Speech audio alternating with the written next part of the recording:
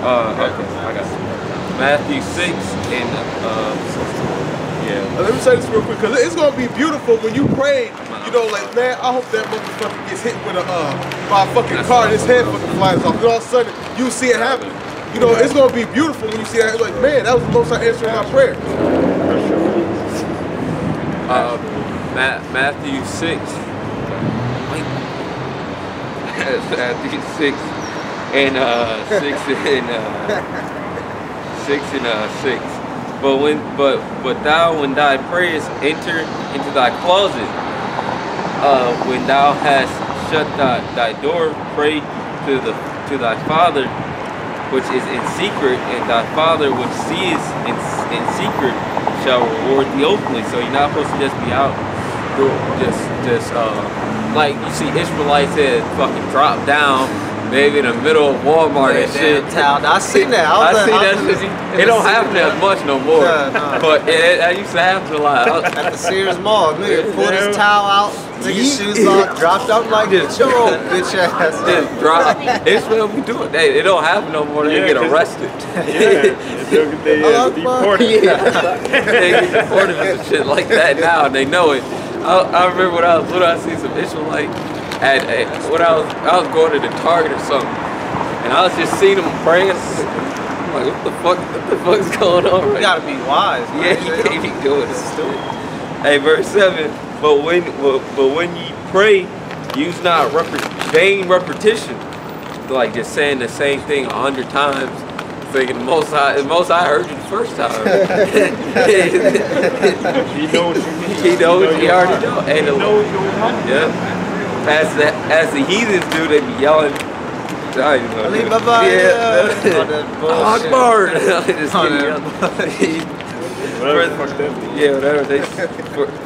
For they think that they shall be heard for their much speaking, which is not. But be not ye therefore like unto them, for your Father knows what things ye have need of before you ask him. After this matter, therefore pray ye, O Father, which art in heaven, hallowed be thy name. The name is in the prayers. It's right off rip. Thy kingdom come. So you're supposed to be seeking the kingdom of heaven. The prayer that is about to say. Oh, yeah. It goes into everything, man. It's shit. If you don't know what to pray, just pray that. It covers everything, man. You can go on the website gms.info and get the Hebrew, which is Abnao, Shabbat Shema, Kudash, so on and so on. You can look it up on there, and other videos that brothers have done on it. Because it's always better to pray in the Hebrew, man, because the Lord is Hebrew. Lashon Kudash. He hears it in English, but it's more powerful in the Hebrew, man, when you learn it. Thy kingdom come, thy will be done in earth as it is in heaven, because in the heavens it's order, man. It's perfect order. And so just like it is in heaven, bring it on earth, showing that the kingdom is going to be set on the earth. Also, give us this day our daily bread, the things that are necessary for us, and forgive us our debts as we forgive our debtors, because Yahawashi, he's the one who cleared us of our debt, man. All the wickedness we have done before the Heavenly Father said he bought us with a price. So he shed his blood in place of ours. Otherwise, we would have had to die. We would have everybody would have. Yeah, so let's say, for instance, a brother trespass against you and it makes you upset. You can't hold no grudge against that brother, you know? Like if this brother did something to upset me, I can't hold a grudge against that brother, you know? I'll forgive him, you know? Yep, because he said, because Yahawashi had mercy on us. He said he bought us with a price. So that's why we serve the Lord, because we owe him, man. He got on. We owe him our life. Yeah, we owe him our life. He got on that cross, man. When he really could have just killed everybody if he wanted to, but he knew the prophecy. He said he could have too. He said, "Don't you think I could ask my Father and bring 12 legions of angels?" Man, he could have wiped out everybody, but he didn't, man. He put aside that, man. But he didn't want to go up there on the cross. Yeah, you know, he didn't want to, but he followed through with it. You know, so that he may save his brethren. You know, that right there is love. You know, so that's heavy. Remember, when you're dealing with the scriptures, you'll come across the scriptures that show you that the Most High, he wasn't dealing with sacrifices anymore. He wasn't dealing with lambs and rams and pigeons and turtle doves and the shoe bread and the drink offering. There wasn't anything that we could do to alleviate and to take away that great debt that was sum, that great sum of debt, that amounted up. So the only one that was set up that was able to take away that debt was Yahawashi. So guess what? If it wasn't for Yahawashi, we would have died, man. The whole nation of Israel would have been like as Sodom and Gomorrah. But the Most High left a remnant.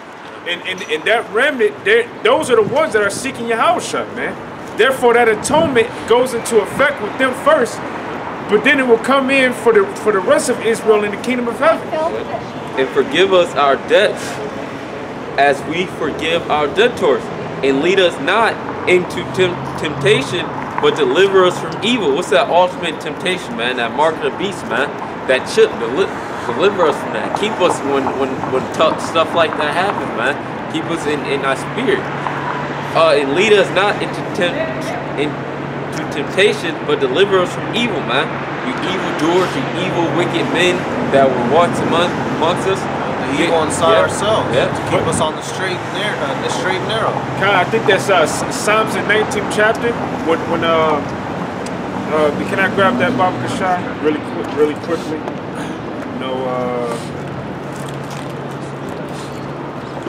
I'm trying to. No, that's not.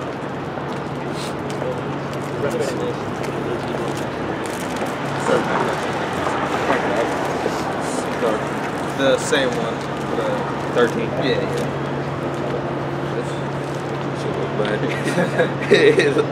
And to get it out.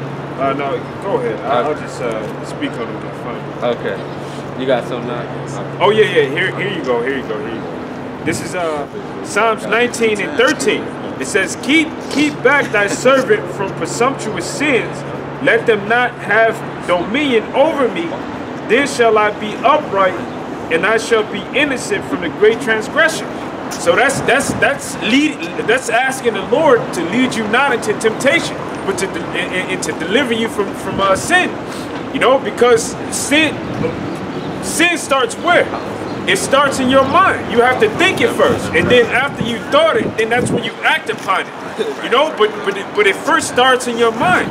So if you ask the Lord to keep you back from temptation, that's asking the Lord to keep you back from presumptuous sins, seeing that you thought about before acting upon it.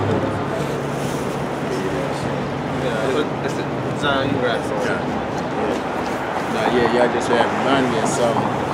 It's like when you was talking about the Ishmaelite, that pray in public. Like I remember that I used to work down the street here some years ago. At a parking garage. And he was, he was from over that way, whether it was, I don't know if it was Syria or what, but he was in the Muslim faith, real dedicated and all that. You know what I'm saying? And he treated it real serious. 5 times a day he'll pray. I remember like I do overtime on Saturdays. The man would pray 5 times a day. And basically, I was working at a parking booth.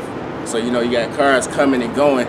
But, when it was time to pray, he didn't give a damn what was going on. He'd get this rug out, you know what I'm saying? Lie down and pray, right in the booth.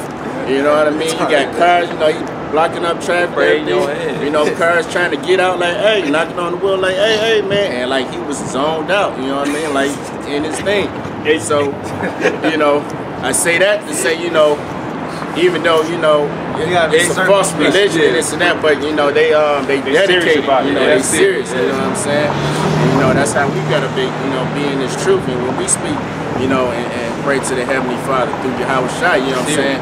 We gotta be serious, and we gotta you gotta believe in it. You know, you gotta have that hope that the Lord will come through for you. You know what I'm saying? Maybe not when you want to, but when it's absolutely necessary, the Most High will look out for you. You know what I'm saying? And that's funny. Y'all speaking on that, y'all brought back to remembrance this guy I work with. His name is Sammy and shit. This motherfucker cut out, because he's a Muslim, so he would pray every day as well. And y'all brothers know what kind of work I do, so here it is, he cut out a cardboard box, you know, because he ain't had no rug. And we're behind the counter, you know, customers coming in and out and shit, they're seeing this guy, he bowed down and prostrate himself on the, and praying and shit, you know. In the middle of a work environment, when we're supposed to be working, it don't matter what day it was. It don't matter how busy it was. He'll be down there. Hey, you got a mind, man. You gotta know. You can pray in your head, man. You could be at work. You ain't. No. When Esau snatches something, you ain't gonna be able to. If he got you chained on damn wall, you ain't gonna be able to. Oh, hey Esau, I need you to come let me off these chains so I can pray real quick. You go, and if he ain't got you yet, you gonna be running, praying. You know, praying in your mind, man. Cause let's say for instance you're surrounded. You don't want to give up the spot where you're at, so you'll be quiet and you'll be praying in your mind, asking the Most High. And there's been times when that happened. You know. Cop pull up behind you, ain't got to. Oh, let me hop out the car, bro. Hey, hold up, officer. Hold up. Let me pray real quick. He didn't think that's suspicious. Yeah, you get shot. You know, you gotta be wise with this. Brothers and Maccabees, man, when they was praying, they was in the midst of war praying. They was fighting. They was on the battlefield. They wasn't on the apostle said, that's you do that when you at home, when you about to go to bed or something, man. Dude, that's when you go in your room. You do you, but throughout the day, can continue praying in your head when you can. This is 2 Maccabees 15 and 25. Then the Canaan and they that were with him came forward with trumpets and songs. And Judas and his company encountered the enemies with invocation and prayer. So that fighting with their hands and praying unto the Most High with their hearts, they slew no less than 30 and 5,000 men, for through the appearance of the Most High they were greatly cheered. So they were on the battlefield praying and slaying. You know, praying and slaying. I like that. Praying for the Lord to keep them safe from them heathens.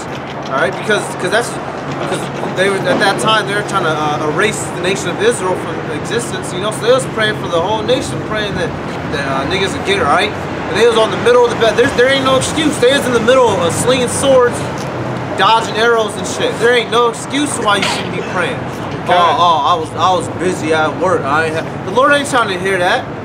When if he come back, how come you weren't praying? Oh well, you know I had to take the kids to church, you know. So the Lord ain't trying to hear that shit, man. You better be doing what you have to do. You're supposed to keep the Most High in the meditation of your mind. You know, all damn day. You know, no matter what you're doing. I mean, you don't have to move your lips to pray. And the example is in 1 Samuel, the 1st chapter. You know, you don't have to utter words to pray. You can pray and your lips be moving, but you're really praying in your mind because there's no sound coming out your mouth. You know, which was Hannah doing that. You know, Samuel's mother. You know, because she was bitter because her fellow sister wife was basically making her feel bitter because the Most High had closed up her womb. So what she did was she went to the house of the Most High and she fell on her knees. And the priest that was there, I think it was Eli. He thought that she was drunken. Like, what's wrong with you? You know, put that wine away from me. Yeah. But she was just crying out to the Most High in the bitterness of her spirit. And brothers have done that before, man. When you've been so sad and so vexed because of the things that you go through in this world to the point where you can't take it, and you just call out to the Most High, and you're praying in your mind, and your lips are moving, and tears running down your face. You about to pull that out? Which one? The one of Sammy. Sammy, you got that in Sammy? I can grab it. after the brother grabbed his. This is Psalms 34 and 17. The righteous cry, and Yahweh heareth, and delivereth them out of all their troubles. Yahweh is nigh unto them that of a broken heart, and saveth such as be of a contrite spirit. What's an example of that? The book of Daniel with the three holy children, when they got tossed in the fire. You know, they had them bound, so they wasn't able to do anything. You know, when they got tossed, they ain't start fist fighting the fire. Bitch, get off me! You know, they was fighting the damn what empires that Babylonians. Yeah, they gave Nebuchadnezzar the hands. No, all they did was pray. And the Lord literally delivered them out of a raging, consuming fire. All right. It was so high, it was burning people on the outside. Shit, hey, the scriptures say there was no smoke. There was no smell of smoke.